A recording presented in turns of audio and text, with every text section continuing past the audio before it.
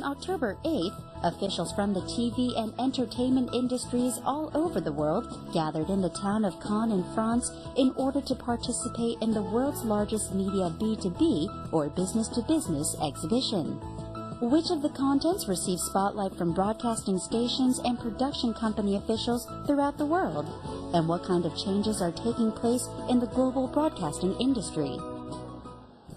Cannes is a resort town located in southern France. On September 20th, 1946, the first Cannes Film Festival was held here in the town of Cannes. As the Cannes Film Festival developed as one of the world's top 3 film festivals, Cannes became a film town.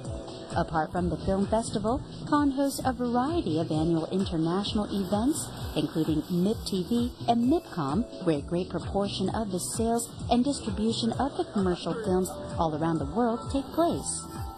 Thus, Cannes is increasingly being recognized as a global film town. Every fall, MIPCOM, the world's largest entertainment content exhibition, is held, and 2012 was no exception. A grand opening ceremony to the exhibition took place, with buyers and celebrities of the industry walking down the red carpet. This entire event is about the international TV marketplace. And the international audience is such a huge part of NCIS. As one of the world's top 3 TV and media contents-related exhibition, MIPCOM has been held annually since 1985, and this year marks the 28th year. It is the biggest event of the contents market, in which officials from broadcasting stations, production, and distribution companies from all over the world gather in this global market to co-produce, buy, sell, finance, and distribute broadcasting, film, as well as new media contents of all genres, including drama, films, documentaries, culture, and entertainment. We had an earlier television show which takes place in the spring, in April. That's called MIPTV. And we launched that in '63. After a few years, cable and satellite TV developed, and we also found that the American companies prepared their pilot shows in the autumn. And our clients were asking for a second show in the year, 6 months apart, because there were more channels, they needed to do more business, and because the big American shows were becoming available. So MIPCOM became more important than MIPTV year after year after year. And today it's obvious, you have more than 12,000 registrations for MIPCOM, you had 11,000 for MIPTV. So it's already a visible sign. The size of the event consisted of approximately 1,700 participating companies and 12,400 visitors. Over the course of the 4 days, from October 8th to 11th, approximately 120,000 industry experts would gather to put their business deals worth a total of 400 million euros. Business matching among companies and support for investment attraction also took place for TV contents, as well as films, dramas, documentaries, and animations. We really have everything that people watch on TV. So we have a lot of animation companies, obviously a lot of people doing fiction, the Korean wave, for instance, very present here. We have a lot of documentary people, and more over the last 3 or 4 years, we've seen the internet companies, Google, Hulu, Netflix, coming looking for new content for their channels. The exhibition hall was packed with people from broadcasting stations and production companies all over the world who had gathered to put through B2B business deals for licensing and merchandising. Then what would be the program's genre that each country focuses on and the characteristics of global contents market that has been going through rapid change? In addition, what kind of works from which countries were introduced in the 2012 MIPCOM?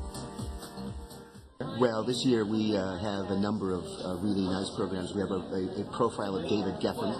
David Geffen is probably the preeminent producer, director of musical acts and movies and Broadway acts in the United States. He's represented virtually every major pop star that was known the world over. It's a wonderful biography of him. We have several other we have our usual lineup of very strong science programs. We have a new Ken Burns program on the Dust Bowl, the event in the 30s in the United States, which is acutely interesting this year because of the enormous heat wave that's happened in the U.S. and droughts around the world. So it not only is a historical film, but it's very topical. And we have our usual lineup of oddities and fun things, and we're having a good success. At MIPCOM, a wide variety of culture programs, as well as high-quality documentaries that people all over the world can identify with, were being introduced. Such TV contents play a major role in drawing the attention of broadcasting officials. Business deals for such contents are signed on the spot at the booths that are installed within the halls. This is precisely the reason why a lot of people in the TV and media contents industry participate in the MIPCOM event. We're presenting a huge catalog of new programs, which we present of it's science, it's art beats, arts culture program, we do have technology program, and lots of travel programming. So we in Latin America, for example, we're co-producing with other channels and having a co-production format. The same in Africa. We're having this World Stories format where we get programs from our partners from China, from ICS in China, or from Arirang in Korea, or from partners in Brazil or wherever, ETV in Bangladesh.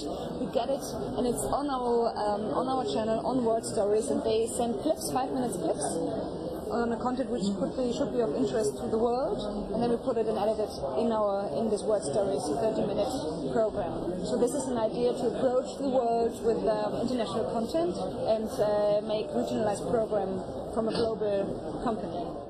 Then what are the kind of works from which country were introduced at the 2012 MIPCOM event? This year, internet-based new media such as YouTube received a lot of spotlight. This is because nowadays it is possible to download and watch contents of your interest from mobile phones and tablet PCs through Wi-Fi. Thus, various changes are expected to take place in the TV industry, such as internet media channels partnering up with major broadcasting stations to create new channels. I think what is the most important trend I can see is that television, in a way, becomes very democratic. Everybody can have his own handheld device and carry it wherever he wants. And it has become interactive. I think that's the interactiveness and the handheldness, I think, is very important. So every viewer has now the possibility to take his pictures, to take everything he wants to see on a set, on a screen, to take with him where he wants. Google YouTube announced the launch of 60 new channels in the United Kingdom, in France, and in Germany. And the partners who are providing the content are traditional content producers, the BBC, All3Media, Fremantle, to name but three. So the barrier, I would say the fear between traditional TV and internet providers has disappeared. Important to remember that YouTube is now launching original programmed channels. And the reason they're doing that is because I believe their model of user-generated material ultimately is unsatisfying for advertisers and for consumers in the long run. It's remarkable how it's spread. It's remarkable to think that 10 years ago none of this existed. And it's just exploded, and it's created a whole new arena. But ultimately, the filmmaker wants to be compensated and paid. And so that model of consumer-generated stuff, while is valid and has been very, very successful, will shift back to a model where there's at least some form of payment. Despite such negative perspectives, there has not been any hindrances to the popularity of YouTube. In the case of the singer Psy, who became a global sensation through his self-uploaded video on YouTube, his self-created content spread rapidly to other countries. With a blink of an eye, he became a world-famous star. And the value that is being created through him is enormous. Well, Psy is a phenomenon. And our company is wishing to work with Korean content. We are looking for Korean content for Brazilian market. We see good potential because a new content with good values, I think will work in Brazil. Here, a variety of Korean programs are introduced, of which are receiving enthusiastic response. According to the 2011 report for the Korea Creative Contents Agency, of the total exports of TV contents of documentaries amounting to $227,890,000, documentaries came in second with $23,498,000, after dramas amounting to $166,948,000, 11.5% and 81.9% of the total exports, respectively. Korea has, I think, a very great potential. It's very relatively unknown compared to other parts of the world. So I think there will be an increasing demand of the world audience to know what actually is happening in Korea, what it is about.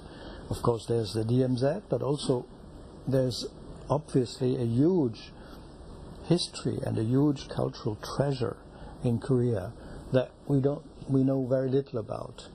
And I think that the curiosity of the TV viewer and other devices of the media will want to have more information about it.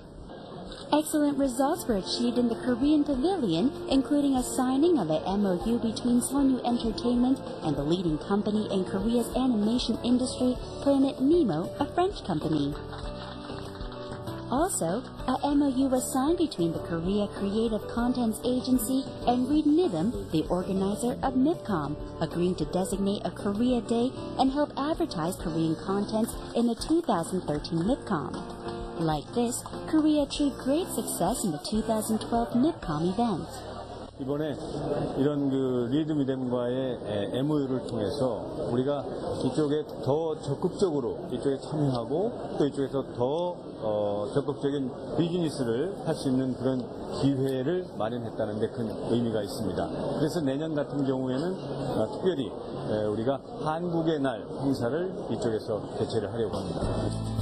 The contents introduced in the Korean Pavilion of a variety of genres, including dramas that play a major role in continuing on the Hallyu or Korean wave, high-quality documentaries, and K-pop, engage the attention of foreign buyers. Well, MIPCOM is always an important place to be in because this is where you get a first window into all the exciting content that the world is producing. I'm very happy to see that the division from Korea here seems to be diversifying their product offering. And what caught my eye right now is the EBS features on wildlife and natural history. I'm looking forward to seeing the screens. 첫 해보다 8배 정도의 이 판매량이 늘었고요. 올해는 벌써 3일 동안 1000만 불 이상의 지금 판매 실적을 올린 것으로 그렇게 집계가 되고 있습니다. 앞으로도 이런 미캄이라는 이런 행사를 이용해서 한국 콘텐츠 산업의 진면목을 보이고 또 새롭게 도약할 수 있는 어떤 계기를 마련하는 그런 행사로 계속 우리가 활용을 하고자 합니다. Gone, an animation that had extremely high viewership in Korea, was recognized by foreign buyers as a content with high business values. Also, the Airport Diary received the Kids Jury Award for the preschool division in the 2012 MIP Junior, showing the potentials of Korean animation. 12년 전에 처음 미컴에 나왔을 때는 한국 회사라는 명함을 가지고 나가면 잘 만나주지도 않았었거든요. 그때는 좀 뭔가 대한민국 컨텐츠 그러면은 좀 약간 컨텐츠로서는 좀 B급, C급에 속한다라는 좀 약간 선입견이 있었는데 그게 다들 정말 한국 기업들의 노력에 인해서 조금씩 깨져가고 있고 그리고 한국, 대한민국의 기업의 어떤 해외 성공적인 진출이라든가 또 약간 K-팝이라든가 한국 드라마의 성공으로 인해서 한국의 콘텐츠는 우월하다라는 인식으로 변화가 되고 있고 또 거기에 콘텐츠 진흥원에서의 또 적극적인 지원도 있어서 지금은 오히려 저희가 앉아 있고 또 미국 업체든 유럽 업체들이 저희를 찾아와 가지고 새로운 콘텐츠를 발굴해 나가는 좀 굉장히 10년 동안 매년 좀 발전해 가고 있는 것 같고요. 더 활성화되고 있는 것 같습니다. Korean show programs, action dramas, as well as romantic comedies starring Korean Hallyu stars are also gaining much popularity in Europe. This is an enormous improvement from the past, in which the format of Korean reality shows had to be imported from foreign broadcasting stations. 한국에서는 로맨틱 코미디 등이 많이 인기가 있는데요. 이번 같은 경우는 특히 유럽 바이어들은 기존에 저희가 아시아에서 판매를 많이 하고 있는 로맨틱 코미디뿐만이 아니라 저희 뱀파이어 검사나 그러한 액션 프로그램에 대해서 더 큰 관심을 보여주셨는데요. 그래서 프랑스, 영국, 벨기에 등지에 판매가 완료가 됐고요.